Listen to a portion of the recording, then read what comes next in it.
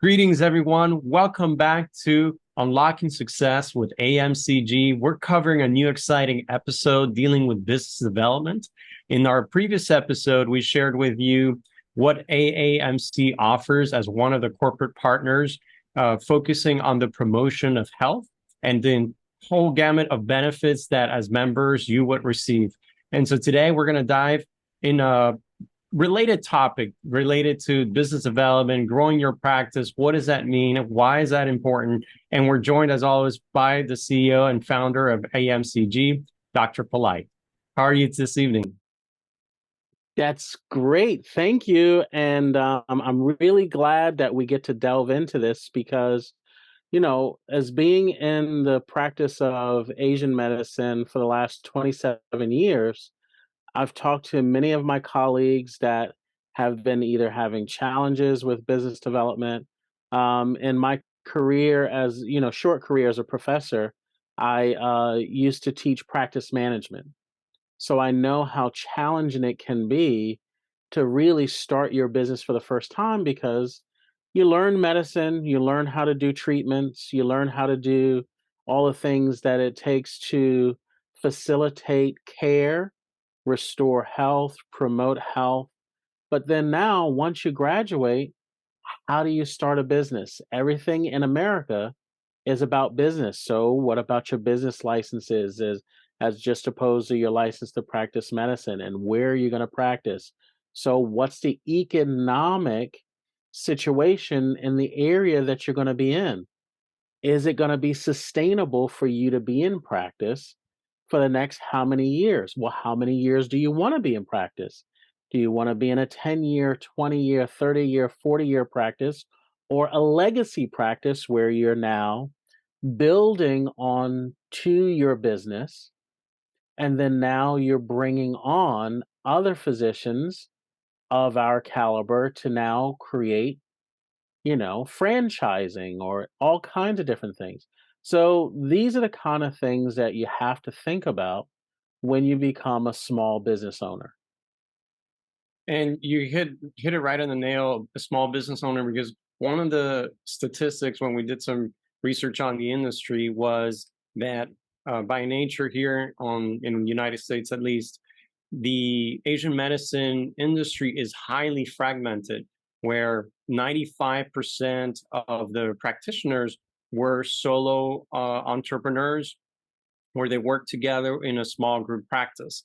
And then we also, conversely to that, we noticed that on the Western allopathic type of medicine, nearly 80% of the folks that were physicians actually worked in hospital systems or large type of corporate institutions, where it was a completely different makeup. Both sides deal with healthcare, but they're coming from different angles.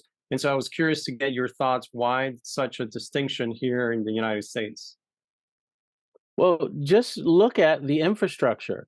The infrastructure is based on Western medicine and Western healthcare.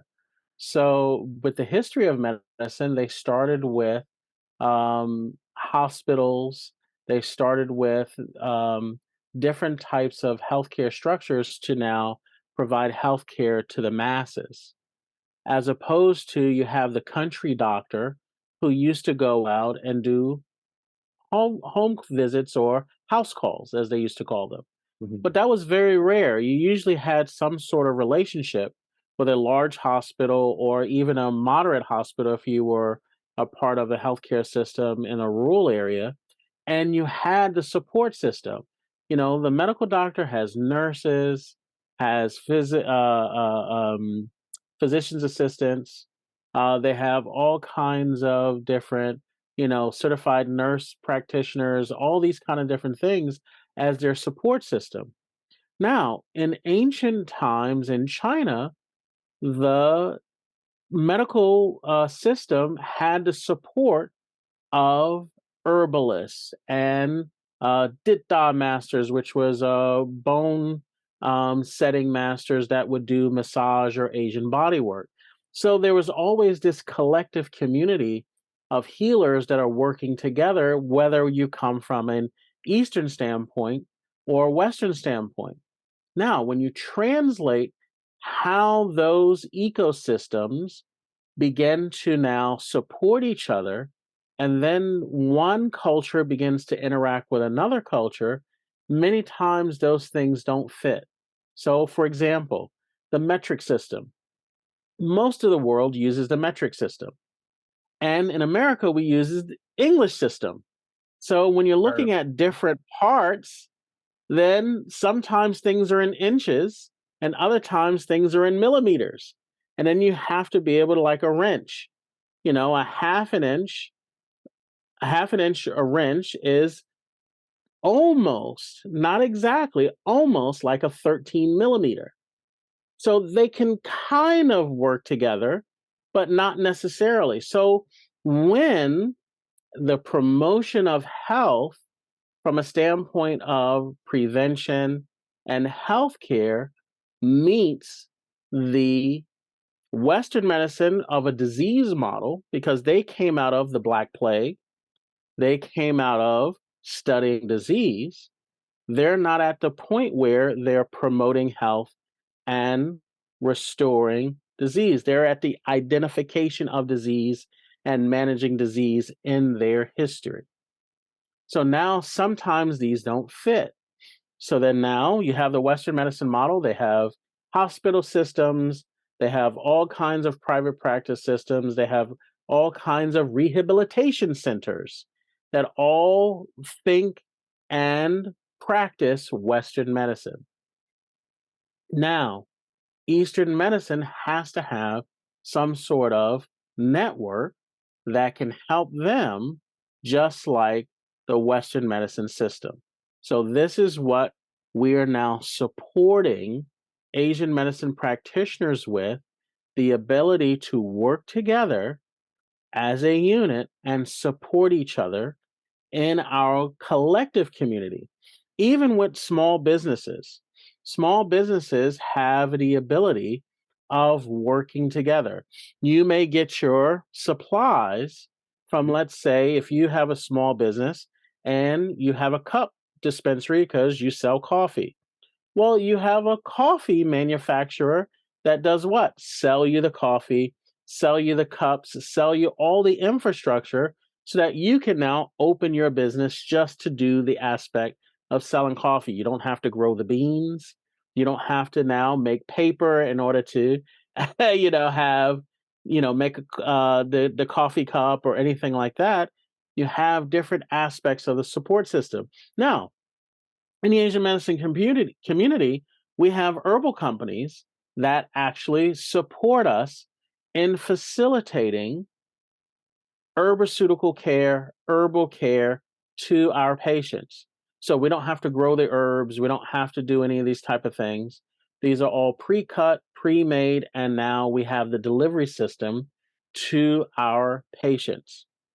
So the same thing with, now, if you can streamline it where the practitioner knows exactly what they need to do to develop their treatment style, their treatment protocols, and all the different types of things that they need to do, now they just need to refine it in a way that their patients will be of the best benefit out of that scenario. understood. What are some of the benefits that physicians have abroad? Let's say, especially in China, where a lot of this originated, where it's already integrated into their hospital systems or healthcare de facto network, and versus here, where even though they're practicing, Western Asian medicine physicians here are practicing the same approach, but the conditions are a little bit different. What do physicians out in China have that maybe here we got to build, to your point, all of this network that we're talking about? Well, the first thing is that just like Western medicine doctors, they have a hospital system. Mhm. In Japan, they have a hospital system. In Korea, they have a hospital system. In Vietnam, they have a hospital system. Many of these modalities are already readily available at the hospital setting. So you don't necessarily have to go to private practice. You can, they have those ability where you can go see a private doctor. But at the same time, they also have it available in the hospital system. And then, like I said earlier, the hospital systems that we have here are not educated well enough in the practice of Asian medicine that they don't understand the philosophy of Asian medicine. Most people don't realize that medical MDs is a medical doctorate, but a doctorate is a philosophical education degree. They just have a philosophy in Western medicine. That's what a medical doctorate is. So you go and you learn that set of skills based on that philosophy of European, Italian, specifically culture, because the foundation of Western medicine is based on Hippocrates. So Hippocrates, and then now they use that and then as a guiding principle from Greek medicine to Roman medicine to now some of the studies that they go through the process of using, like the placebo method, right? Like different studies, all of that is a Latinized type of methodology. Lymph is a Roman word meaning fresh water. So these things come out of that culture. So their philosophy is based on European culture, as our philosophy is based on ancient Chinese culture. Then now it developed into what we have as the modern day. So from there, we can take a look at how to go about facilitating this medicine in America. We have to have some sort of infrastructure. And the infrastructure is based on small business. So, how do we take those small businesses and work together? So, for example, when I look at a population and I see that the population of Florida is 22 million people. Mhm.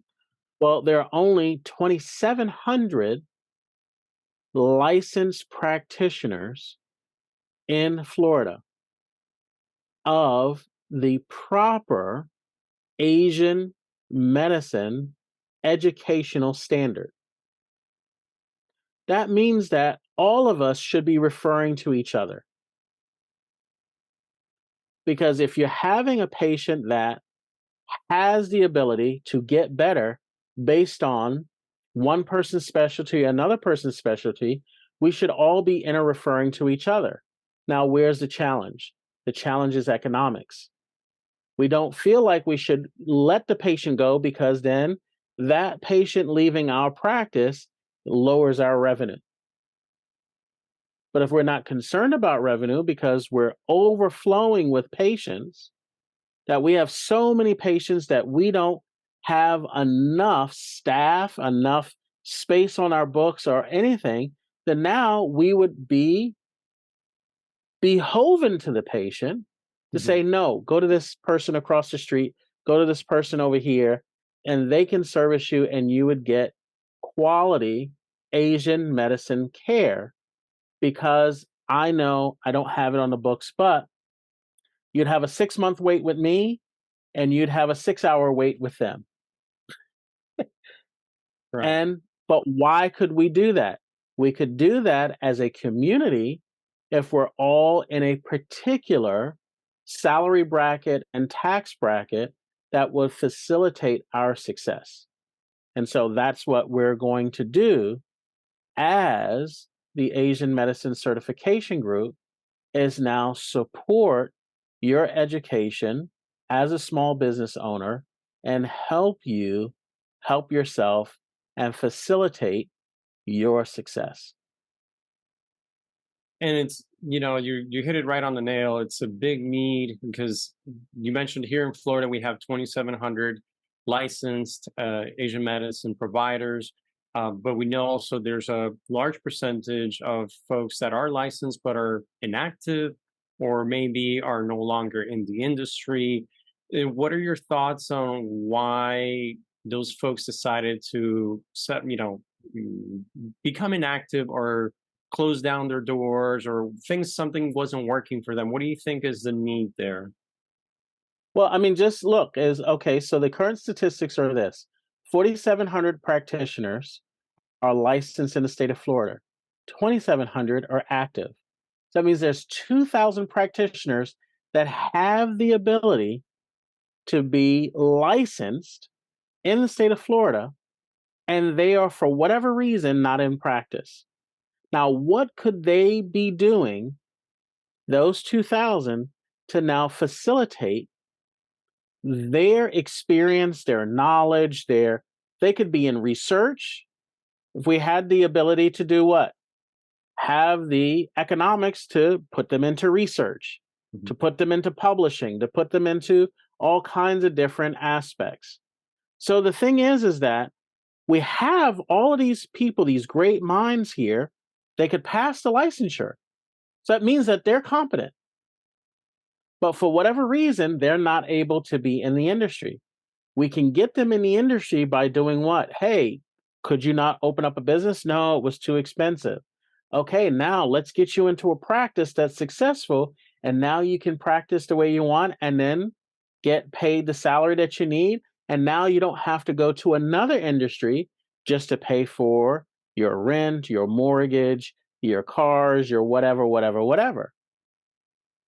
So the idea is that now, if you have the ability to settle the economics of the industry, then wouldn't you want that in a group that could help you help yourself and teach you different ways and different strategies specifically tailored to your unique situation? And now you have different types of tools to now get into the chosen profession that your heart wants you in anyway. I see the value, the huge value, because one of the questions I was wondering was, I my background is in the business side and marketing and strategy. I know exactly what you're talking about. On the when people go to school for medicine, and I'm not only thinking about Asian medicine as a whole, but even just allopathic medicine. I know their primary focus is on the clinical side, and rightly so. Uh, but I'm curious to get your thoughts. Is there enough emphasis being placed on those business development skills, a strategy, how to expand into the market, how to communicate? So somebody when they graduate, they can build a six-figure, seven-figure, or even bigger if they want type of practice. Is that something that their current, the education system is currently offering? Usually, usually no. The short answer is no because they have no idea about how to start a small business. All they know is how to now render medical care, facilitate medical care. Now, how are they going to go about doing that? They really don't have a concept of exactly what type of things do they need? What size of business do they need? What type of licensure do they need? Are they in the county? Are they in the city? What does all those things mean? Do they need to incorporate? Do they need to be a sole proprietorship? All of these things they need to understand in order to make sure that they're in the proper business structure to help them protect their livelihood. What about asset protection? What about all these different things that if somebody brings them up on the board, so then do they have a certain amount of their business, 5%, 10%, 20%, that's their own personal legal fund? We Right. know about malpractice insurance, but do you have a legal fund that is going to take care of if somebody does decide to sue? You're supposed to do arbitration on all those things, but then does it cost you money to be out of the office while you're doing arbitration? What about all kinds of things that scenarios that you didn't necessarily think is going to happen, and then now they've happened? Now, what do you do? So if you have a certain amount of fund that's set aside every year, let's say you do 5% of whatever your revenue is every year. Well, now you've been in business for 20 years. Now you have some assets that maybe you didn't use, but now instead of doing it for legal, because you never had to use legal, you were careful, you did all those type of things. Now we can start talking about investment and what to do. Now you can start to do legacy. What about your retirement after 20 years, 30 years? What about bringing on new staff, new physicians, new doctors so that you can retire successfully and then continue the legacy of your healthcare particular style treatment? Many other practitioners, um, they will go in and train people, do courses, and become a guru in courses. Well, yeah, so a lot of people know your courses, but then now you're treating patients, you're teaching courses, but then what? Maybe you're writing books, maybe you're doing research paperwork, all kinds of different things that you could be doing to facilitate what Asian medicine is doing in this country. And I think you touched upon on a really solid point, legacy, where people, their whole careers, they're building their business and investing or focusing on operating their business. And so giving them the tools and strategy and the framework to be able to start working on their business instead of in their business, right? Start thinking long term, how can I scale this up? How can I make this self-sustainable? And then to your point, once they get to a certain point in their lifetime where they're like, okay, I'm starting to think about retirement. How do we actually create a succession plan so all of those decades that are were invested doesn't go to waste. You don't just close the doors overnight. You have already somebody who's behind you coming in, maybe somebody who's actually coming out of college or maybe a little bit more seasoned, but you start training them in your ways. And eventually, once you reach a retirement goal age that each provider has in their mind, now they have somebody who's trustworthy, who is they're confident in that can take over their practice and then continue getting, receiving some sort of retirement income out of the practice or whatever deal they worked out. Is that something that And thoughts, and as people and think about? yeah. So, just look at the perfect scenario. You open up a business and it lasts for 5 years because many businesses close within 5 years. Mm. So then now your succession plan is already planned out. You have the next 15 years to start bringing on new physicians. So by year 6, you add your first physician. By year 11, you add your second physician. By year 16, you have your third physician. By year 20, you have 3 physicians that your patient population knows already. Mhm. And so you don't have to train your patient population to trust you and the physicians you choose because they've already been working with you. And then now you can build legacy because why? Even if you wanted to go on vacation during that time period of those 20 years, oh, Dr. Polite is off this week, but we can take care of your patients no problem because you have one, two, three physicians that can easily move into your patient population. They get the treatment, and then what happens? You come back, you take over, and then they go on vacation. Correct. So now it becomes just like any normal Western medicine practice where you could have 5 doctors working together and they all are either on call or they're doing different things and they're seeing each other's patients and they can facilitate care and everybody's happy. The patient is happy, the physicians are happy, and they don't feel like they're literally tied to the practice. And if they were to stop their practice would lose revenue, their patients would suffer, and now they're having issues with guilt because many of us have guilt when we can't treat our patients. Yeah. And then what happens? You feel bad. You just said, okay, but now you haven't put in a plan in place of the what if. Well, what if you get hit by a truck? Well, what if this happens? Well, what if, but okay. So then now you're already putting into place how to do this. So then now you put into place what you want to make, what your yearly expenses are, All of these different things are now showed to you by some of the coursework that we have available and we will have available at Asian Medicine Certification Group.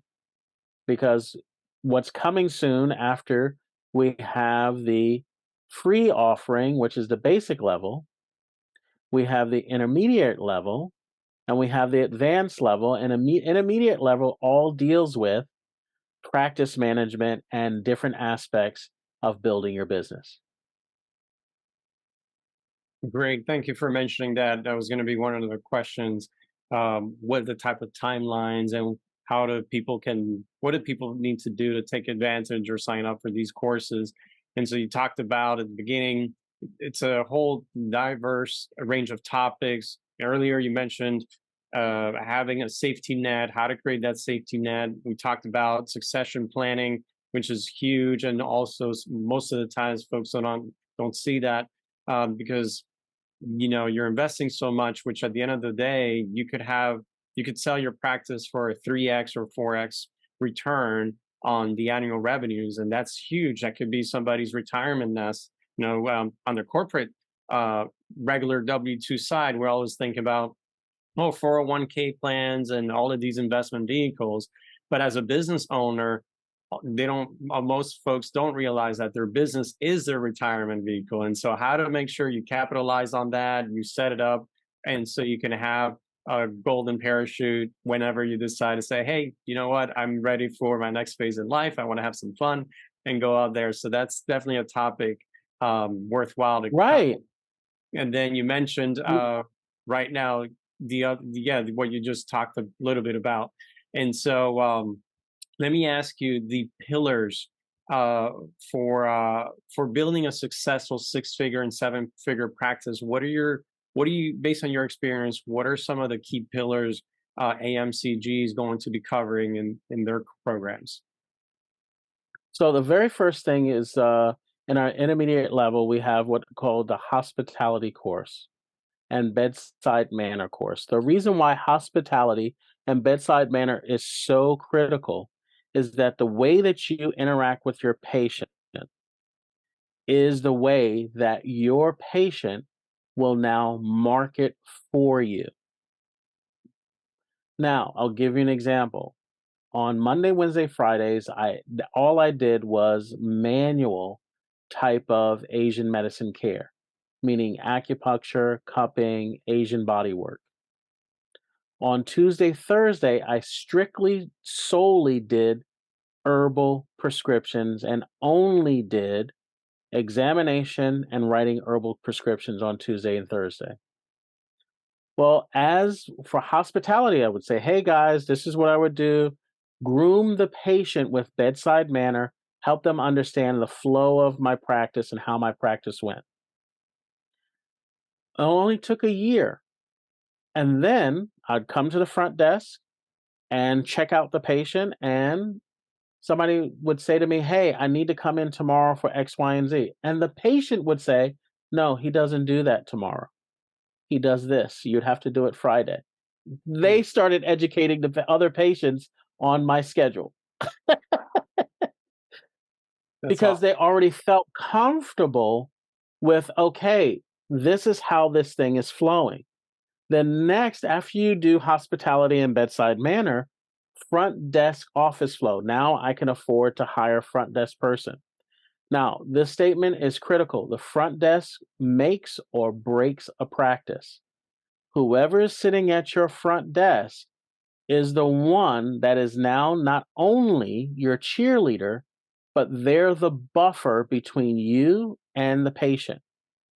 Now, if you have a solo practice, you're the front desk person, and that's why you need hospitality and bedside manner. But now you have the economics. You can put somebody at your front desk. You can put two people at your front desk, three people at your front desk if you have a big practice.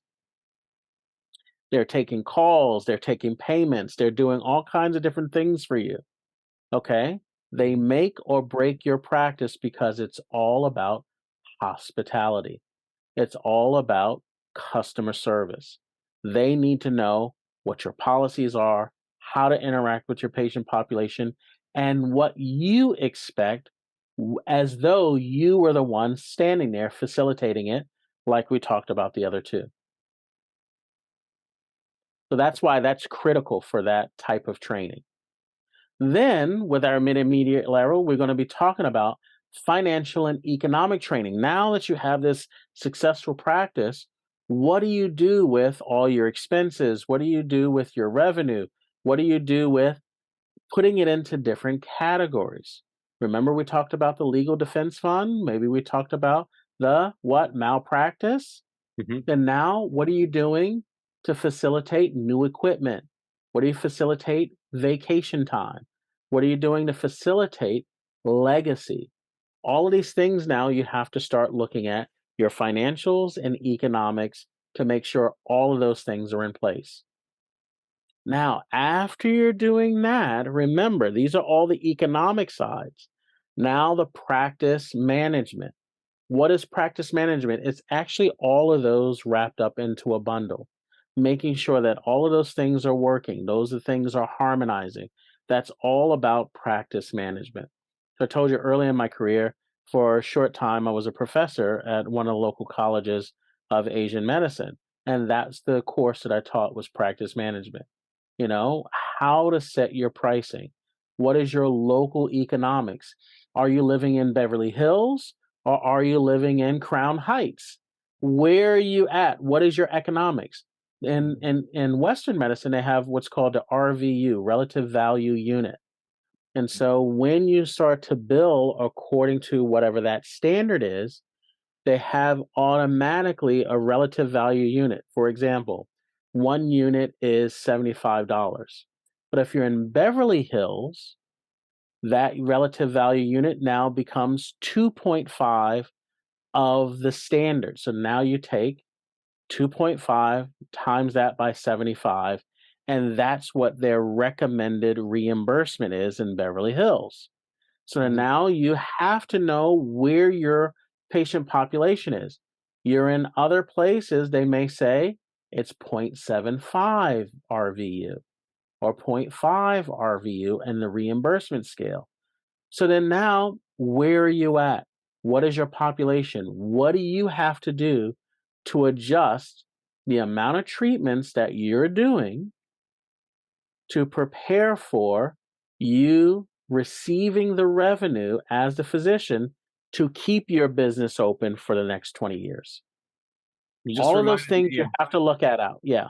Just reminded me as you were talking about RVUs and all these ratios, the Shark Tank episodes of saying, "Hey, all of these different ratios people don't usually think about," and one of them that are is key for small business owners is the cost of acquiring a new patient. And so, what is the acquisition cost? Mark Cuban always says, "Hey, you make it or break it based on your acquisition costs."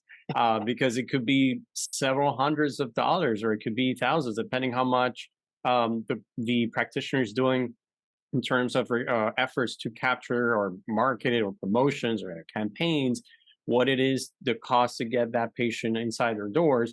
And then looking at the patient lifetime value. So if it's costing me $200 or $300 to get an actual patient booked, how much am I getting in return, and how long is that patient sticking with me? So it's kind of talks a little bit about what you also mentioned in the previous episode when we were talking about AAMC's promotion of healthcare organization, where you're creating that loyal patient that's recurring not only month to month, but with the goal of providing positive outcomes where they're going to be renewing their plan year over year. So you start stretching out that relationship over a few years, then a decade, then you start expanding into creating relationships with their networks, with their their sphere of influence, their family members. From one client, you can start generating a whole entire tree line of new patients on that end. And so a lot of great material that you're actually sharing with folks for sure. Yeah, and again, when we're talking about legacy, in my particular practice, I always treat it anywhere from 3 to 4 generations. Now, what do I mean by that? Literally, the one patient would come in, then I'd get their parents, their grandparents, and their children. There you go, 4 generations right there. So then now from that one client, they start now inter-referring in their household. And then now you have the children that were treated by me. Then I saw their children and then their children's children. Now I got 5 and 6 generations. So That's then a now you're looking at how to go about practicing. And then now for legacy, I want to bring on new physicians so that they can start treating their 4 generations, 5 generations, 6 generations. And then now you have a legacy practice that can continue to build on the legacy of Asian medicine. The legacy of Asian medicine is 6 millennia, 6,000 years. right. We're just now in this area of the world, we continue with that legacy. Understood. I love that example, like you mentioned, treating the 4 generations. So AMCG's positioning, or their goal is to position the providers to be analytical or part of the curriculum to understand all of their ratios, their finances. You talked about that, and really being able to have those statistics at their fingertips so they know exactly how they're doing, where they have to pivot, what they have to adjust to be able to optimize or practice. Which reminds me, one of the ratios is the 80-20 rule, right? And so I remember doing an analysis or participating in part of the group where they were looking at the book of business, and they identified where 80% of the revenue was actually just coming from 20% of their client base. And so they started digging through and identifying, well, what are those? Why are those folks coming back to us? What is the profile? So they started creating these profiles, or they call them personas, to understand, well, are they from a particular gender, age bracket? Is there a particular condition? And then it takes them to the next step of saying, well, who is our ideal client or ideal patient? So we can Right. tailor the practice and the business around them, and we can get more of those A list type of patients, and to Sure. cater to the folks they want to cater to. And that's the thing, is that you're going to find out that you like to treat a certain group of people. You just naturally gravitate towards it. You're successful at it. You're happy treating those people. And then now, as a practitioner, that is where your energy is flowing out into the community. Everybody in the community knows, hey, this person's great at this person's great at that. And that's how they spread word to mouth. Okay. So then now you start to facilitate. Okay, I'm going to start going to churches and synagogues and mosques and those communities like me. I'm going to go to rehabilitation centers. I'm going to go to oncology centers, and I'm going to start talking about how I can support those communities. And then what happens is that you start seeing more of those clients, and those clients start referring to other clients, and so forth and so on. So you find out what your strong suit is, and then now you facilitate. It's always ways about facilitation and monetization. Now, monetization can be a dirty word in the Asian medicine community because, oh, doctors charge so much, blah, blah, blah, blah. But then what you find out in practice management, they charge so much because they're putting into the equation all the things that we're talking about: staying in business, making sure that they're making enough to cover all of their personal expenses, not just the business expenses. Then they're looking at vacation time, they're looking at legacy, they're looking at survival of the business beyond them.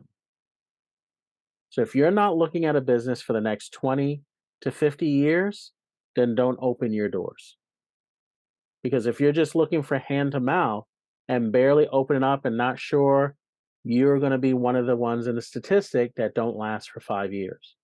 And we want Asian medicine practitioners here for the next 6,000 years in America. So, how do we do that? We get the right information that helps you facilitate a foundation. That foundation turns into monetization, that monetization turns into legacy. And the time period you're mentioning, the 20 to 50-year outlook, I mean, that's usually how also businesses are always thinking. There's so many changes happening, on a year to year, if not month to month and week to week. I mean, right now, AI, late last year it came out, and now how it flipped the industry on its head and so many different industries, and we haven't even completed the year yet. And there's just been so many different changes. So it's a blend between short-term analysis, medium, and long-term analysis.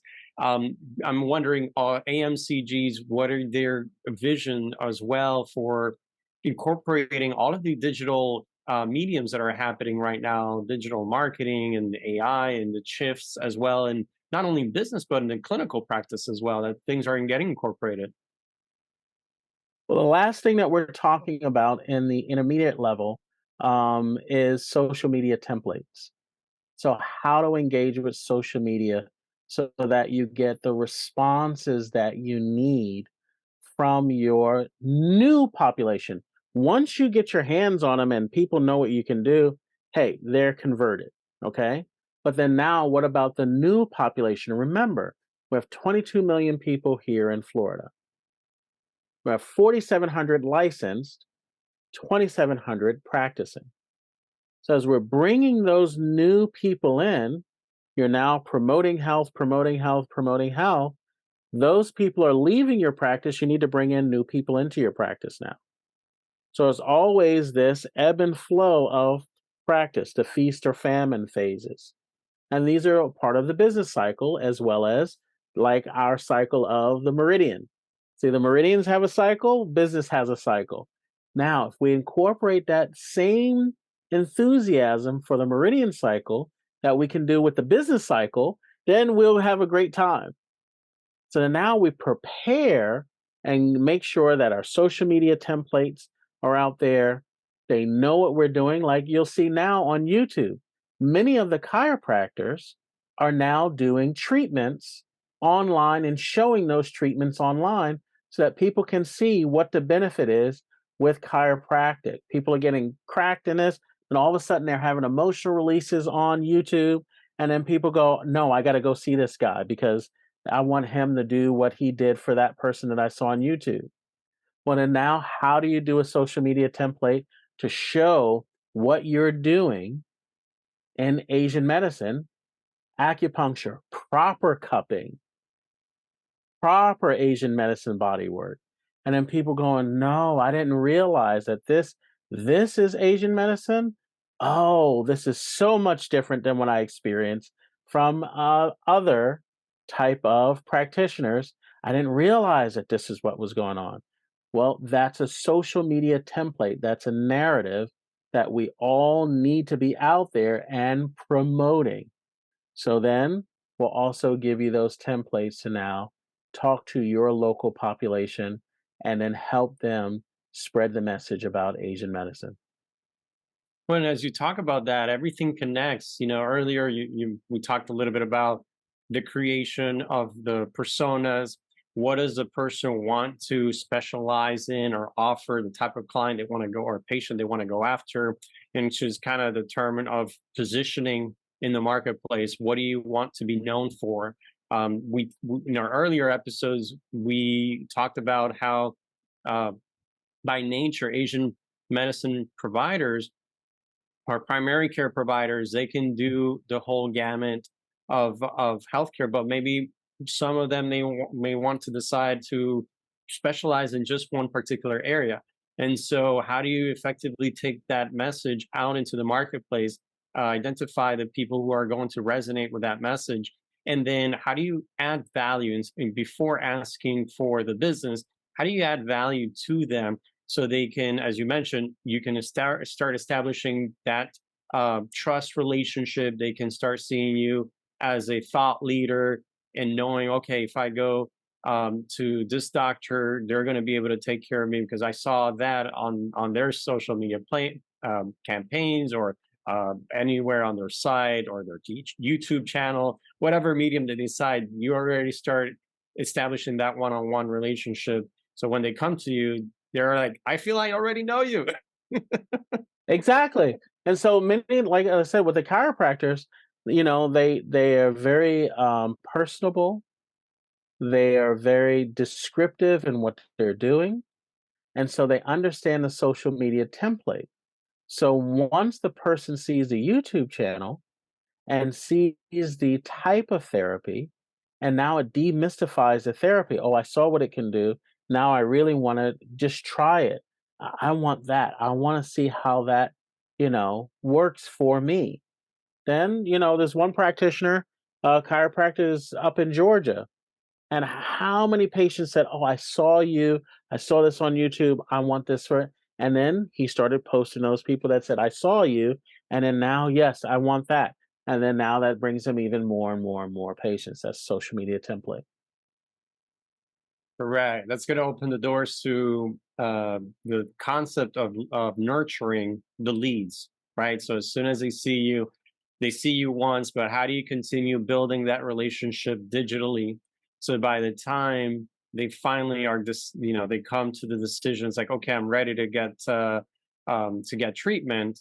They're already closed. You don't have to twist their arm. You don't have to educate them again because they've already gone through that whole entire process and they're ready to go. They're like, "Hey, I've been seeing you for a few months. I love what you do. Let's get started." And so Exactly. So that's then now you that's have very the cool. ability to welcome them into your place of business, hospitality. You have great bedside manner. So then now you already have the sociability, social media templates. You have the great front desk because why? You're facilitating success in your practice economically because why? You have financial and economic training, and then you know how to smoothly run a practice. What your role is the healer, the practitioner. What their role is, front desk. What their other role is, maybe billing, maybe facilitating all kinds of different things for that practice. So then now you can literally run everything from soup to what? Nuts, right? And then now know that that 6-course meal, them walking into your practice to leaving your practice, they love everything about you. Well, and that really completes the circuit because once the new patient comes in, you're giving them all the tools necessary to also keep that patient within the practice, continuing building that loyalty and to make sure they reduce churn rate because you've invested all that time, money, and effort into acquiring the new patient. You want to make sure you're building that relationship for the few decades to come, like you mentioned, 4 generations, and so that's the ultimate goal of establishing that trust where they're referring you to everybody they see. And so that's great. You're Exactly. covering the whole cycle of the patient acquisition and then nurturing model. Exactly. And then the other thing is that now, because you're not looking for from patient to patient struggling financially, you can start to now enter into the business community, start going to community events, start going into places like, Profession Day at some of the schools, and start talking about Asian medicine to the next generation. Oh, my dad's a firefighter, my dad's a police officer. Oh, well, my dad is an acupuncturist, is an Asian medicine doctor, or my mom is an Asian medicine doctor. And they go, well, what's that? Oh, then now you have the young people now looking to enter to this as a profession. Then now you're also facilitating the next generation going to Chinese medicine school, Asian medicine practitioner school, that kind of thing. I love that, starting to shift to, inspiring the next generation, as you mentioned, and then having the time to do so to start maybe becoming a mentor to also some of those folks so we can Correct. continue growing the industry. Let me ask you. I know you previously mentioned this is coming soon. It's still in the process of building. This is going to be the intermediate track. The intermediate track is not yet available, but once it's going to be available, there's going to be an announcement to the whole entire community and how to sign up. Let me ask you, are there a particular plans for the expert track when we're talking about business development? Yeah, so then now we have the intermediary track, then we have the advanced level track. Okay. So from intermediary, then we also have advanced level. So you have all of that basic training with the uh the intermediary. Then when you get to the advanced level, we start talking about some of the things like I said for the community. So we're going to start with pandemic training. So in one of the first episodes we showed you how 250 practitioners stabilized 11 million in the city by doing what? Pandemic training. The doctors there knew how to do Baduanjin, build up their immune system so that they can go in and treat patients and not be affected by these. And full PPE, which is protective gear, then now they did what? They can now go in and train people to now build their immune system. This is all pandemic training. Then emergency response team. We have any type of natural disasters like here in Florida, hurricanes and, different types of flooding events and rain events and all kinds of things. Then now what are we doing as a Asian medicine community to have in our local area, there's 67 counties in Florida, responding to that local area with Asian medicine? So then now if you have that training, how value what does the value add to your community now that you show up in your Asian medicine certification group hat and shirt and looking to now facilitate care in that local area? Now, we're also going to be providing in the advanced level solar cycle training. So once you understand a lot about the solar cycles, you can do planning.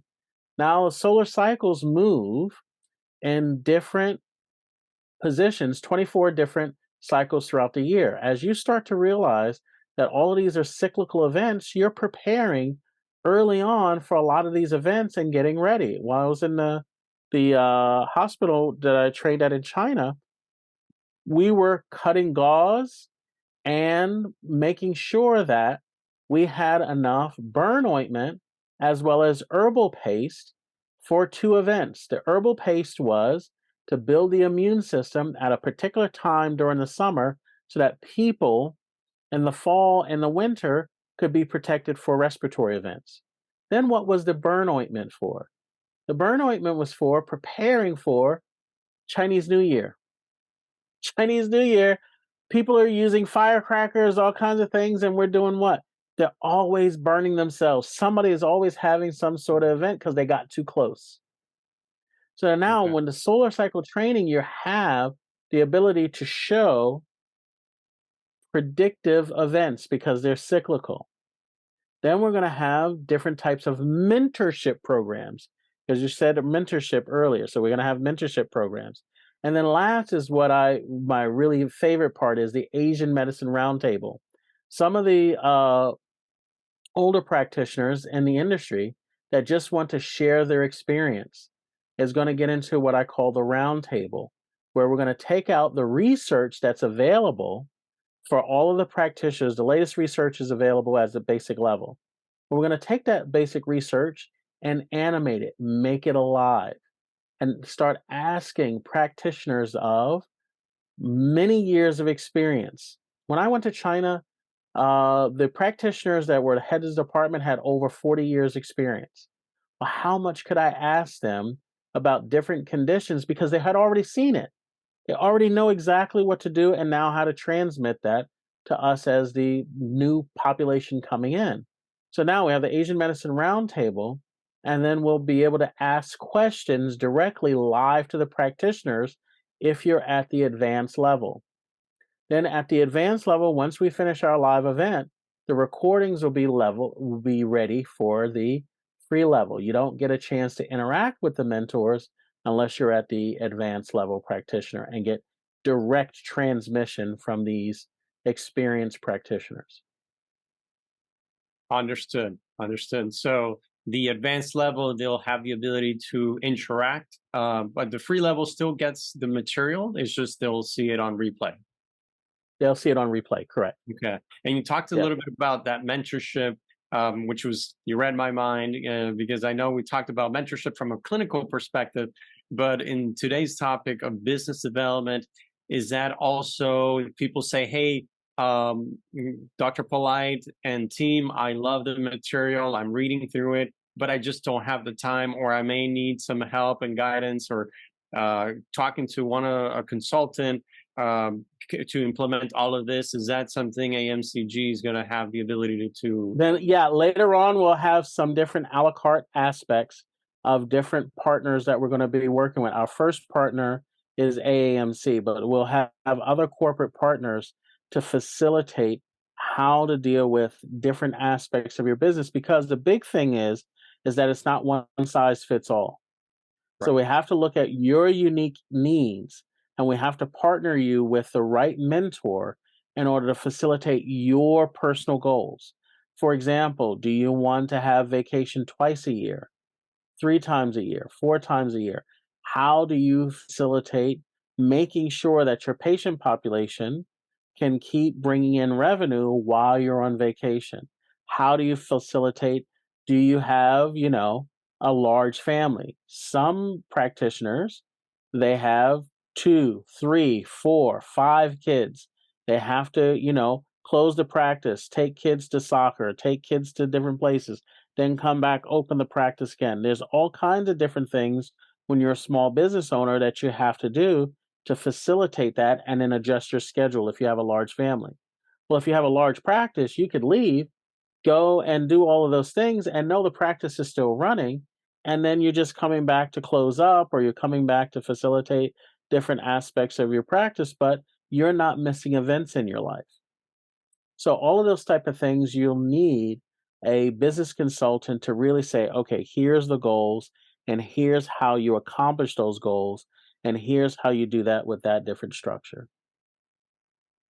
Yep, you hit some really good points there in terms of making sure that it's something customized. That if the member wants to capitalize on that opportunity, but really there's additional factors that they can build into that financial model. Like you mentioned, financial management super important, and be able to build it in a way that, first, it's realistic. Second, that it incorporates all of those cost, pricing points, the margins that we talked about. Again, what's my cost of acquisition, and making sure what's at the end, when after I pay all my costs, what is really my true net per patient? How many patients do I need to see to make sure I reach my goals, not only this year, but as you mentioned, looking at 20 years down the line, what does that look like? What I want to do with my nest egg? And all of that, that a expert business professional would definitely be able to help with. So a lot of Exactly. goodies coming down the pipeline. It's exciting. Yeah. So first and foremost, we got to get everybody to just sign up and take advantage of that free basic level. And then from there, we can start to roll out at different intervals our intermediate level, our advanced level, and then the a la carte relationships with other types of services that we're going to be providing. But it all has to go in accordance to a timeline, which we'll be revealing shortly.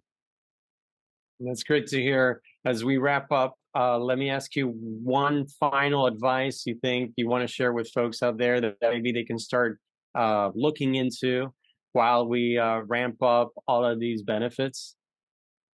Yeah, the first thing is figure out what you want to do in life. And now, when you find that out and you know that this is what you want to do, start projecting 20 to 50 years in the future. And if that is what is your happiness, then you're in the right profession. Great advice as always. Well, Dr. Polite, thank you so much again for your valuable insights in today's episode on business development. And we're going to be shooting soon our future episode here coming up. as we dive into the other additional benefits AMCG is going to providing all of our members. So stay tuned. See you all next time.